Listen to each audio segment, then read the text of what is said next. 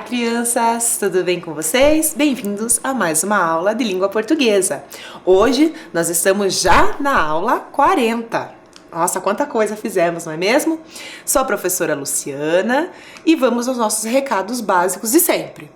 Lavar bem as mãos, sentar no local confortável e evitar tocar o rosto. E além disso, hoje nós temos um recadinho diferente, que é para manter a distância. Então, sempre manter o distanciamento. Tudo bem? Para essa aula, vamos precisar de caderno, lápis, borracha, apontador. E todas as vezes que aparecer essa imagem aqui, é sinal que aquela informação é fundamental que você registre no seu caderno. Tudo bem? Então, primeira anotação da aula de hoje, a data, aula 40, língua portuguesa.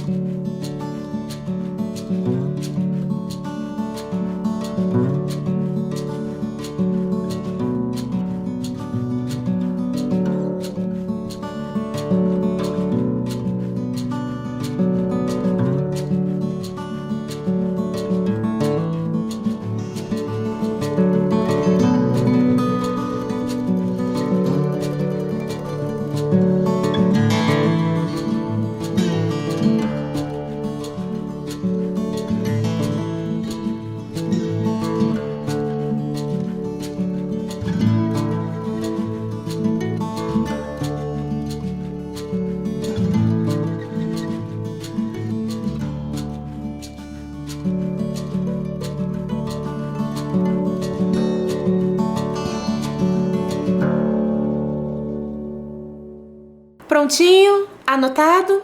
Então vamos relembrar a aula anterior? Na aula anterior, nós vimos os elementos que compõem a narrativa. Quem participa, o que acontece, onde acontece, quem conta e quando acontece. Então são os detalhes da história. Lembram-se disso? Que são fundamentais para a sua construção. E nós analisamos a história Peixada, a crônica de Luiz Fernando Veríssimo. Tudo bem? Depois nós fizemos a retomada do texto por partes, em que cada parte estava embaralhada e você tinha que desembaralhar para lembrar cada partezinha dela. E por fim, nós fizemos a parte de olho no texto, em que nós retomamos o uso dos porquês. Vamos lembrar? Então, o porquê junto, sem acento, era para explicação. Então, sempre que quando nós explicamos alguma situação, usamos o porquê junto. E sem acento. Lembre-se que sempre quando a professora falava lá, o porquê de resposta é sempre junto, é por isso, porque você está explicando alguma coisa. Depois nós temos o porquê separado e sem acento, que é para perguntas. Depois nós vimos o porquê junto e com acento, que ele tem a ideia de um motivo ou o motivo. E por fim, nós vimos o porquê separado e com acento, que é para a pergunta também. Só que ao invés dele aparecer lá no começo da frase, ele vai aparecer lá no finalzinho. Tudo bem? Agora que nós já relembramos o que nós vimos na aula anterior, vamos ver o que vamos fazer na aula de hoje. Eu vou colocar para vocês aqui na tela uma imagem. E vocês estão percebendo que essa imagem está aparecendo várias línguas. Lembre-se que lá no início das nossas aulas, nós conversamos que nós falaríamos, todas elas, né, até o final, sobre as variações linguísticas. O que isso quer dizer? É quando a gente tem um idioma, uma língua, e ela vai recebendo várias interferências ao longo de sua história. Mas vamos pensar assim, a língua, essa que você está vendo aí, ela não é fixa. Né? O idioma, vamos pensar em língua portuguesa, porque esse é o idioma que nós falamos, ele não é fixo, ele é dinâmico. Por que ele é dinâmico? Porque todo momento ele tem essa interação entre as pessoas. Então essa língua portuguesa, assim como acontece em qualquer outro idioma, ela é mutável, ou seja, ela vai mudando ao longo dos anos. Porque as pessoas também vão mudando ao longo dos anos. E as pessoas têm interferências, né, culturais, sociais. E outro detalhe muito importante a gente lembrar, nós também recebemos cultura de outros países também. É só nós pensarmos quando nós estamos na escola, nós recebemos a todo instante, né, coleguinhas de outros países, de outros estados. E isso vai enriquecendo a nossa cultura. Mas não só a cultura, mas a língua também. Quanta coisa nós aprendemos ao longo dos anos. Ok? Então aqui é para representar essa língua que ela está em constante movimento, o tempo inteiro ela está se movimentando, se modificando, ampliando o seu repertório. Mas essa língua, como a gente vai ver aqui, ela tem uma origem, vamos pensar assim. Ela recebeu várias interferências ao longo dos anos. Primeiramente aqui no Brasil, já que estamos falando da língua portuguesa, nós tivemos interferência dos povos indígenas, pensando em língua portuguesa, porque eles já estavam morando aqui quando os portugueses chegaram com a sua língua. E aí a gente já teve o primeiro encontro, né, com dois idiomas, indígena e português. Então ali a gente já teve essa interação, essa comunicação, tá? Mais tarde nós temos os povos africanos que vieram para cá, que também interferiu, né, na nossa língua. E sempre quando a professora fala está interferindo, é sempre algo positivo, porque isso vai ampliando o nosso repertório em relação à língua, né, ao nosso idioma, e também em relação cultural, que é muito importante para a construção de uma sociedade. Além desses povos, a gente teve o mundo todo vindo para cá, né, ao longo dos anos. Então, conforme isso foi acontecendo, né, a nossa língua ela foi se modificando. Então, o tempo inteiro isso acontece. Por isso que a gente sempre tem que pensar, não está errado o jeito que eu falo, tá? Nós temos que pensar como eu falo, para quem eu falo, certo? Mas não está errado a forma que eu falo, tudo bem? Porque a gente tem interferência o tempo inteiro. Bom, então vamos só refletir um pouquinho então sobre isso que a professora falou. Que a língua portuguesa, assim como qualquer outra, ela não é fixa, ela se transforma. Por que ela se transforma? Porque tem interação entre as pessoas interagem umas com as outras. Neste momento, nós estamos interagindo de uma forma diferente, mas para a construção ao longo de todos os anos, que é uma construção histórica, as palavras, as pessoas vão se modificando, né? As pessoas, por quê? Porque as pessoas vão aprendendo novas culturas, né? Novos jeitos de ser, ok?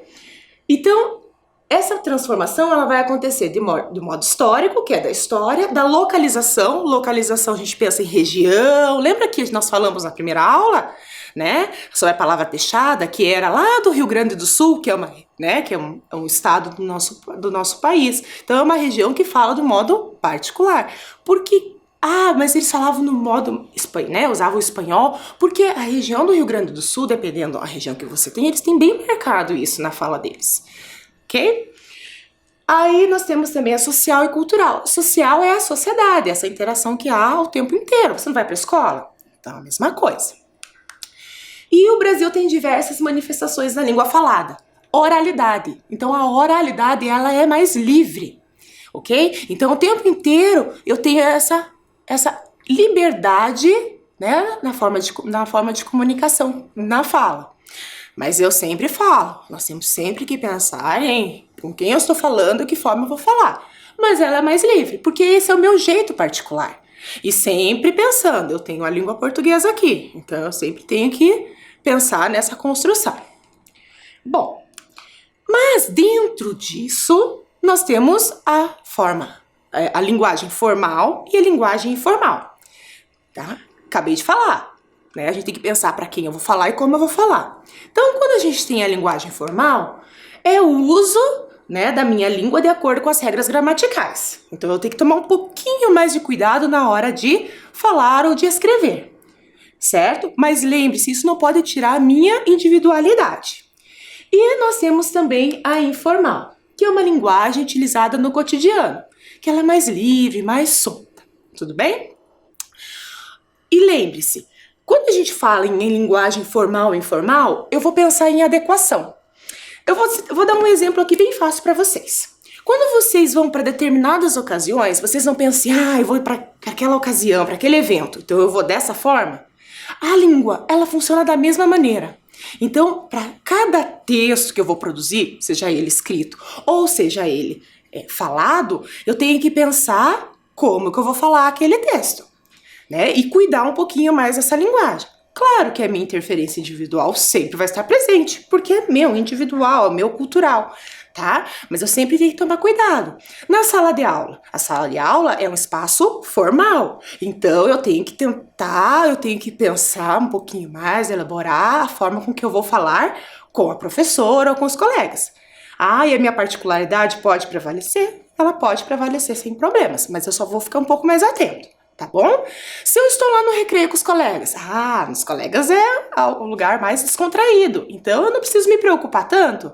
Posso ser exatamente, falar de uma forma mais livre? Posso, tá? E aí eu tô no corredor, eu vou conversar com a professora no corredor, então eu posso, misturar essas linguagens de modo tranquilo, ok? Bom, mas pensando nisso, nós vamos fazer agora um exercício. A professora falou um pouquinho de que forma essas variações acontecem em qualquer idioma, em especial na língua portuguesa, que é o que nós estamos vendo desde a crônica que lemos. Então agora eu vou dar um tempinho para vocês. Vocês vão procurar no caça-palavras alguns exemplos de variações linguísticas e de que maneira pode acontecer. Nessa aula eu falei algumas, então você vai ter um tempinho, olhe com cuidado o caça-palavras e procure essas variações que foram faladas até agora.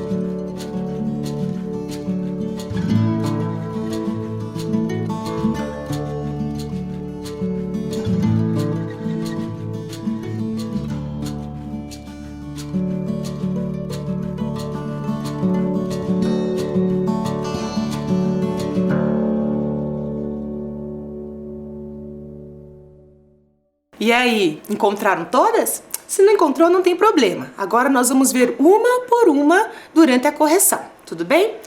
Só um detalhe que a professora esqueceu de falar. Quando nós falamos sobre essas interferências, vamos lembrar que nós temos várias palavras que foram adicionadas, ao nosso idioma que nós utilizamos no nosso dia a dia, de forma muito tranquila. Você deve conhecer muitas palavras, Por exemplo, a palavra futebol, ela foi agregada ao nosso idioma e ela foi aportuguesada, assim como shampoo, lasanha e tantas outras mais, tá bom? Então, é assim que acontecem essas variações, devido a tudo isso que a gente vai incorporando ao longo dos anos.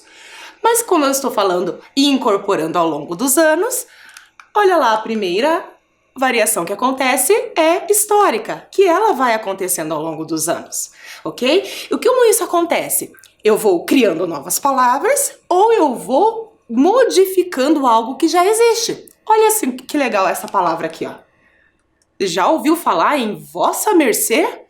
Pois é, o você que nós utilizamos hoje era assim que era falado antigamente. Então, esse é um exemplo que ao longo dos anos a palavra foi modificada, até chegar ao que nós usamos hoje.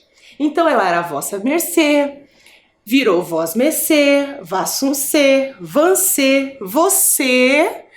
E na oralidade a gente tem muito o ser ou ser. Mas a gente tem mais uma variação dessa palavra, que é geralmente na escrita.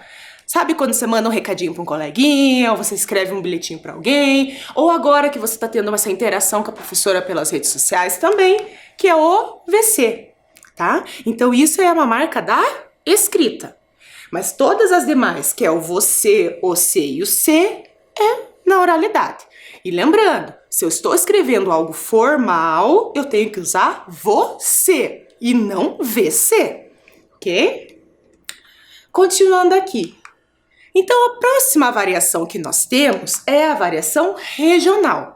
Regional ou geográfica, porque tem a ver com a localização de onde aquele povo, aquela população está. Então, ela sempre vai ser de acordo com a localidade do falante. E olha que interessante, você conhece esse alimento aqui? É o pão. Então, esse pão, dependendo da localização, ele é chamado de uma forma. Mas como a gente está falando, né, hoje, 2020, né, século 21, hoje todo mundo conhece a maioria das formas com que ele é falado. Mas ainda tem a questão regional, tá? Então, olha lá. No interior do Nordeste, ele é chamado de pão aguado. No Ceará, carioquinha. No Rio Grande do Sul, cacetinho. Na região norte, carequinha. Lá na França, é pistola ou pistolet. Em Portugal, carcaça ou cacete. No Rio de Janeiro, pão de sal. E aqui em Curitiba, pão francês. Tá? Então essa é uma variação regional. Mas claro que muitos deles, dependendo de onde você está, você pode chamar, né, por qualquer outro nome que as pessoas elas já estão reconhecendo mais fácil. Próxima que nós temos é social-cultural.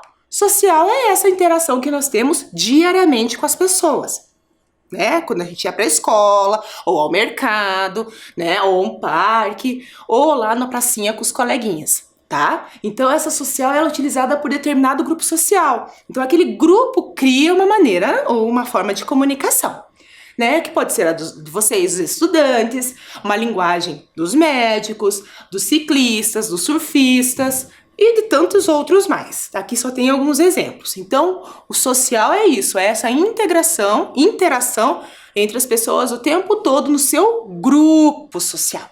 Tudo bem? Porque veja, eu tenho a minha cultura, né, o colega tem outra cultura e assim por diante. Então, isso faz com que nós aprendamos cada vez mais. E a próxima?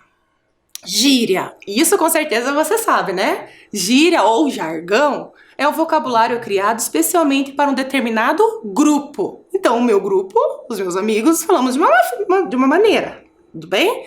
E que essa maneira ela pode ser espalhada, né, para outros grupos. Mas isso é bem comum, né? Então, eu tenho ali um grupinho, ele tem um jeito de falar, eles criam jeitos de falar, tá? Então, aqui eu coloquei alguns exemplos que é comum a muita gente aí, né? Então, eu coloquei o formal e a gíria. Então, interessante, irado. Está entendendo? Tá ligado? Turma, galera. Entendi, falou. Estou tranquilo, tô de boa. Obrigado, valeu. Então aqui tem algumas formas, né, que nós conhecemos muito bem. Mas ainda tem aqueles grupos mais específicos ainda, tá?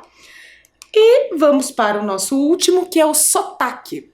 Isso foi falado no texto, lembra lá? Que era a pronúncia, né, do colega lá. Então, nós vamos analisar esse infográfico para a gente ver como acontece esse sotaque em algumas regiões. Eu não vou falar de todos os estados, porque temos muitos, mas vamos, né, pegar alguns detalhezinhos de algum só. Então, o infográfico a gente vai fazer análise. Lembra que você já viu com a professora Ali? Que o infográfico é nada mais, nada menos que info é informação, mais o gráfico, que são as ilustrações. Por isso que se chama infográfico, porque eu tenho informação e imagem. Posso ter outros elementos? Posso, mas nesse que nós vamos analisar, só temos informação e imagem. Então vamos lá para o primeiro, começando pelo título. Como se fala no Brasil? A cultura do Brasil é formada diariamente pela influência de povos de outros países desde seu descobrimento. Vamos fazer uma viagem por essa história? Então vamos fazer uma viagem aí pelos sotaques do Brasil. Primeiro, região Nordeste. A fala nordestina caracteriza-se pela pronúncia aberta. Alguns exemplos, de algumas expressões: vixe, arretado, abestado e oxente. Olha lá como que é na região Sudeste. Em especial, eu peguei aqui, que no infográfico mostra, que é Minas Gerais. Então, Minas Gerais destaca-se, para o povo falar mais mansinha, falar mais tranquila, E eles também, às vezes, eles fazem uma supressão da última sílaba, tá? Ou seja, eles encurtam, O mineirinho vira mineirinho, beleza para beleza, é mesmo para é mesmo, tá? E também eles utilizam o Y no final. Eu falo isso porque eu tenho amigos que vieram daquela região há muitos anos, eles que eram criança, e ainda até hoje eles têm essa marca muito forte na pronúncia deles, tá? Então, o mineirinho é assim. Olha o próximo lá, da região Sul, que é a região que nós moramos. Mas eu peguei o exemplo do Rio Grande do Sul, que eles têm algo bastante específico, que é o tchê ou barbaridade marcado na fala deles, tá? Além disso, eles usam muito o tu. Tu vai, tu foi, tu gosta, que nós vimos no texto também, porque o gaúcho veio do Rio Grande do Sul. Então ele tem essa marca do tu muito marcada, tá? Então ele tem isso na fala muito claro. E além disso, que eu já falei para vocês, a questão espanhola, A palavras, do vocabulário espanhol. Eu sempre vou para o Rio Grande do Sul e a região que eu vou, eles têm muito isso marcado na fala deles, tá? O próximo é a região Centro-Oeste. Região Centro-Oeste é um rico celeiro agropecuário, isso nós já vimos lá em geografia. Então a fala da região do Mato Grosso caracteriza-se pela pronúncia do R mais caipira, que é aquele R puxado, norte, porta, tá? E a última lá, a região Norte. Então, a região Norte, a gente tem alguns termos utilizados hoje que derivam do termos indígenas, como canjica, jiló, acarajé, jacaré, abacaxi, entre outros. Tá? Então, lembra que eu falei lá da influência dos povos indígenas? Aí está, ok? Então, o que é importante a gente sempre lembrar nesses 3 últimos itens? Que cada pessoa se expressa de uma maneira e a forma de expressão mostra sua identidade, a identidade daquele povo, daquela região. Não ter domínio da gramática tradicional ou não ter conhecimento das regras não quer dizer que alguém fala tudo errado, porque não existe falar errado. Toda comunicação é uma comunicação. Se eu falar da minha forma particular de falar e você entender, a comunicação foi feita. O que eu tenho que prestar sempre atenção é a adequação, lembre-se. Os sotaques, eles fazem parte da nossa identidade, que eu acabei de falar. E é um dos fatores que torna o povo brasileiro tão expressivo e rico culturalmente. É a riqueza do nosso país. O nosso país é um país miscigenado, tá? Miscigenado quer dizer que eu tenho muitas culturas, etnias, que faz com que ele se torne rico culturalmente. O sotaque está relacionado à forma com que pronunciamos as palavras. Então, sotaque, quando eu falar em sotaque, é a pronúncia, tá? O curitibano também. O curitibano tem um jeito bem particular de falar. Só que nós temos que tomar muito cuidado com esse último item aqui, que é o preconceito linguístico. Assim como há o preconceito, existe, infelizmente, preconceitos, de todas as formas, o linguístico também é muito grave. Então a gente tem que sempre tomar cuidado, se cuidar na forma que a gente vai falar, ou conversar com alguém sobre esse tema. Então ele é uma discriminação social, por diminuir a origem e a identidade de uma pessoa a partir da fala. Não há um jeito certo de falar, a gente já falou sobre isso. Então, corrigir a forma de comunicação de alguém pode ser considerado desrespeito. Então, a gente tem que ter cuidado. Não é que a gente não possa, às vezes, ajudar, falar, olha, não é assim que fala, é assim. Mas sempre com um jeitinho, com educação, com respeito, porque o respeito à cultura da outra pessoa. Quando discriminamos alguém pelo seu modo de se expressar, não só julgamos só a língua, mas os aspectos socioculturais de quem fala, tá? Então tome sempre esse cuidado. posso falar da maneira que eu quiser. E lembre-se, onde eu estou, como eu falo. Se é um lugar mais tranquilo, não preciso tanto me preocupar. Tudo bem? Mas sempre o importante é me comunicar. Ok? Não podemos esquecer da importância de respeitar a maneira que cada pessoa fala, pois aprendemos que o local onde está, onde cada pessoa mora, influencia sua linguagem, que é a questão cultural de cada região. Ah, então porque o meu coleguinha veio lá do Amazonas, eu vou começar a tirar sarro dele do jeito dele falar? Jamais, por quê? Eu tenho que aprender novas palavras. E essa troca é muito importante, né? Então eu tenho que agregar ele ao meu vocabulário e ele ao dele. Olha a interação que está tendo, olha a riqueza de conhecimento que nós estamos tendo. Porque são regiões distintas, não é mesmo? Então, e aqui em Curitiba? Já que estamos falando de jeitinhos de falar, vamos refletir um pouquinho sobre a nossa cidade? Você sabe o significado das palavras da nossa nuvem de palavras? Lembra lá no primeiro dia da aula? Então, para a gente relembrar um pouquinho, eu vou dar um tempinho para você observar de novo essa nuvem de palavras. Você vai perceber que nela tem umas palavras que não é exatamente daqui, mas que elas ao longo dos anos foram agregadas, tá, ao nosso vocabulário também. Então, um tempinho bem rapidinho aí só para você reler e relembrar.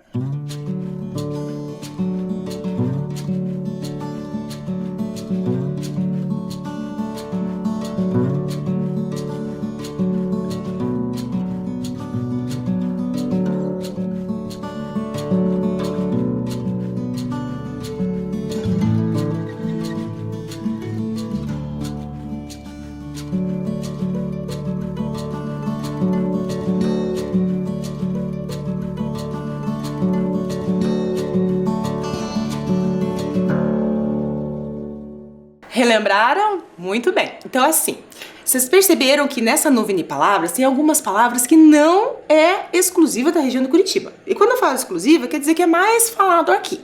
Tudo bem? Como papagaio, né? Que a gente vai falar daqui a pouquinho, eu não quero ainda falar, né? Tem gente que ainda tá na dúvida, mas papagaio não é um animal? Não, nesse caso não, né? Mas não tem problema se você ainda não relacionou. A gente vai falar daqui a pouquinho de novo. Mano. Então, mano não era aqui, né, comum na região de Curitiba. Mas lembre-se, como a gente tem sempre as migrações, né? As pessoas estão migrando de um lado para o outro e isso vai agregando mais palavras ao nosso vocabulário regional, tá? E também nós temos padaria. Padaria não é comum também aqui, mas a gente acaba utilizando também por conta disso, tudo bem? Bom, então agora que você já reviu, certo? Algumas palavras, vocês vão fazer palavras cruzadas de Curitiba. Então, o que vai acontecer? Eu vou colocar aqui na tela para você, tá? Palavras cruzadas. Você vai olhar as imagens e pensando, palavras faladas aqui em Curitiba, tá? Eu já passei ali, vocês já viram no feed de palavras para dar uma ajudinha para relembrar. Outras não vão estar, porque isso faz parte do cotidiano. Tudo bem? Então, olhem agora palavras cruzadas, tá? Vou dar um tempão para você pensar com calma e ir preenchendo e a gente já volta para falar um pouquinho mais.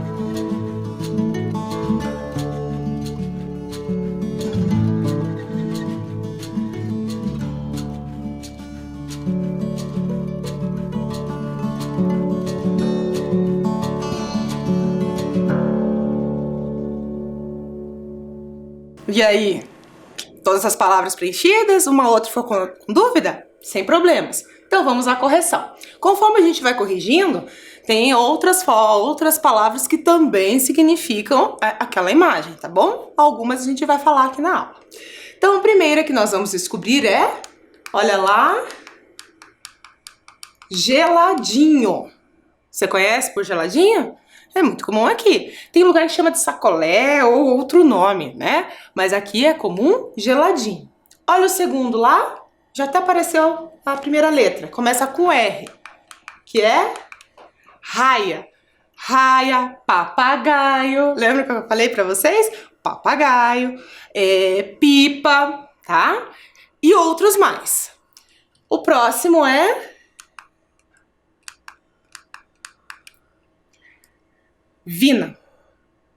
Já ouviu falar vina? Essa é uma discussão que veio há muitos anos, né? É vina ou é salsicha? Não, aqui tem que ser vina, porque moramos em Curitiba. Mas vina e salsicha é a mesma coisa, só que vina é algo muito regional aqui, né, da nossa cidade. E quando você vai comer a vina, é vina com cachorro quente, é hot dog, é dogão, é dog, da forma que você quiser, desde que essa comunicação, né, seja realizada, tá? Então a vina é uma eterna discussão e uma eterna discussão divertida, tá bom? Próximo lá, ó, começa com B, mas não é biscoito, é bolacha.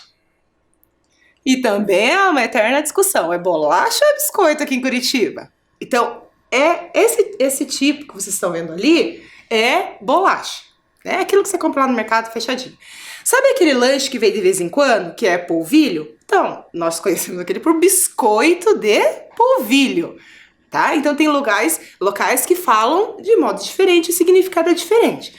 E a bolacha é biscoito, né? Desde que você consiga, né, se comunicar, tá tudo certo. Tá? Então aqui pra gente bolacha é que está aí, né? Essa imagem que está aí, e biscoito geralmente é algo caseirinho, né? Algo feito caseiro. O próximo que nós temos lá, aipim. Aipim. Aqui nós conhecemos por aipim ou mandioca, mas o aipim é mais conhecido. Só que se a gente for lá para a região Nordeste, lá é mais comum como macaxeira. Então é a variação, né, dessa raiz, ok? Então aipim, mandioca e macaxeira é a mesma coisa. Próximo, já começou a aparecer lá, ó, a primeira, que é mimosa. Aqui também, né, nós temos mimosa, nós temos polcã, nós temos mexerica, nós temos tangerina, né? Então dependendo, né, o tipo, né, que é essa fruta, né, se ela tem uma casca mais grossa, mais fina, se ela é maior, se ela é menor, tá? Ela vai ter um nome específico, tá? Mas o mimosa é mimosa, tá? Mas o polcã, a diferença da polcã, né, que também aqui é muito comum, que ela tem a casca bem mais grossa, ela é um pouco maior, tá bom? E o próximo, olha lá em cima, o que que é? É um ônibus, mas aqui em Curitiba a gente chama de Busão. Quem anda de busão aí, né? Então, o busão aqui é o ônibus. E aí, o ônibus aqui também tem uma variação. Pode ser o ligeirinho, pode ser o alimentador, pode ser o biarticulado. E olha que interessante, que esse busão, vamos pensar no biarticulado, né? Para quem mora na região de Curitiba conhece bem, ele anda numa canaleta, né? Que canaleta é a pista exclusiva. Olha o próximo, que esse a gente viu no texto, que era a sinaleira, né? A sinaleira. E então a sinaleira lá, pra gente é sinal, é semáforo, tá? E dependendo do local também tem outros nomes. E aí que vai, né, algo pra você. Você pode pesquisar de que outras maneiras também essas imagens, né, são conhecidas aí. Então o sinal é sinaleiro, né, semáforo e por aí vai. E o último lá, de ponta cabeça lá, ó, penal. Pode ser penal, pode ser estojo, né? Pode ser outra coisa, tá? Então aqui só tem algumas palavrinhas, né, da nossa região de Curitiba. Claro que, né, tem outras mais e que a gente vai ver agora. Então olha só, aqui na região de Curitiba, mas eu falo região Curitiba, também pode ser região sul, né? Guria e piá, né? Ou guri, tá? Também é comum. A gente tem a panificadora, que é a Pane, vou lá na Pane, né? E a padaria. Lembra que eu falei que a padaria, ao longo dos anos, ela também foi agregada, né? O mano, que também veio pra cá, né? Se incorporou. E daí, né? O daí, porque às vezes é presente, você termina uma frase e fala daí. Apurado, ai, tô apurada, né? A questão da, né, necessidade, enfim, né? Ah, isso é muito palha. Muito palha quer dizer que é algo sem graça. O pila quer dizer dinheiro. Carpê quer dizer o tapete, né? Jacu, uma pessoa envergonhada, um jacu, mas é um jacu mesmo, né? E chineque. Chineque é um pão doce, né? Que tem aquela farofinha em cima, ou aquele creminho em cima, né? Que também, né? Temos outros tipos. Olha lá que nós temos também um termo muito comum, né? Que é o chuvitiba. O toró, quer dizer que é muita chuva. Tá uma friaca, que é frio demais. E vamos colocar a japona, já que vai chover, já que vai estar frio, né?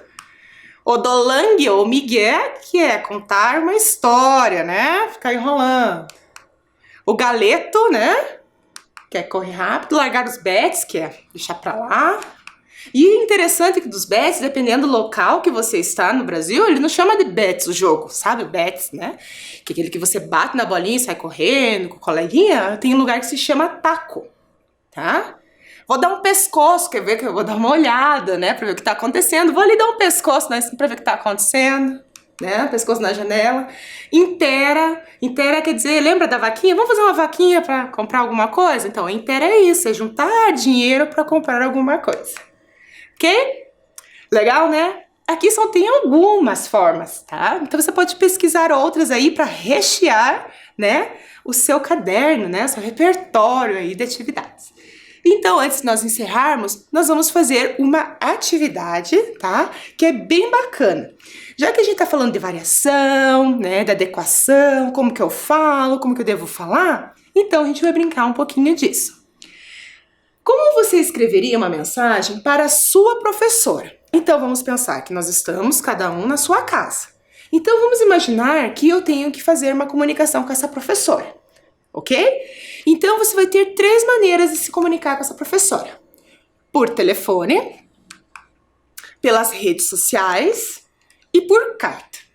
Então como que você escreveria para essa professora contando alguma situação que está acontecendo aí na sua casa pelo telefone? Por isso que escreveria está entre aspas, né? Porque você não vai escrever, como você falaria.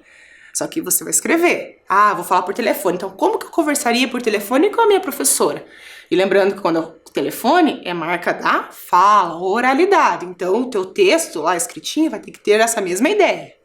Pelas redes sociais, aí você pode escolher. Que lembre-se, qual é o contato que a escola está tendo com você nesse momento?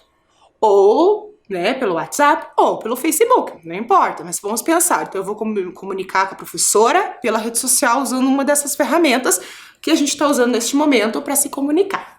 e carta, que é a forma mais tradicional que a gente tem e que você já escreveu muito aí ao longo dos anos na escola. Tudo bem? Ah, professora, mas carta não é usado mais, a gente usa o e-mail. Mas a estrutura de comunicação vai ser a mesma, o suporte é diferente, e-mail e carta, o suporte, mas a estrutura é a mesma. Então vou dar um tempinho para você copiar com calma, tá? E a gente já volta.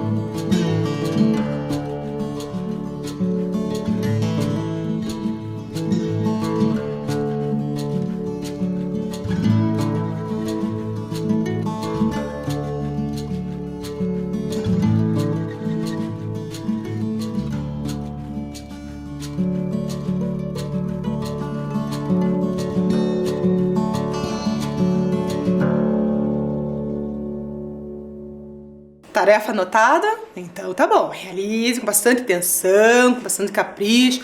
Se precisar voltar às suas anotações que falamos na aula de hoje, volte, tá? E até a próxima aula, tá? Fiquem bem, se cuidem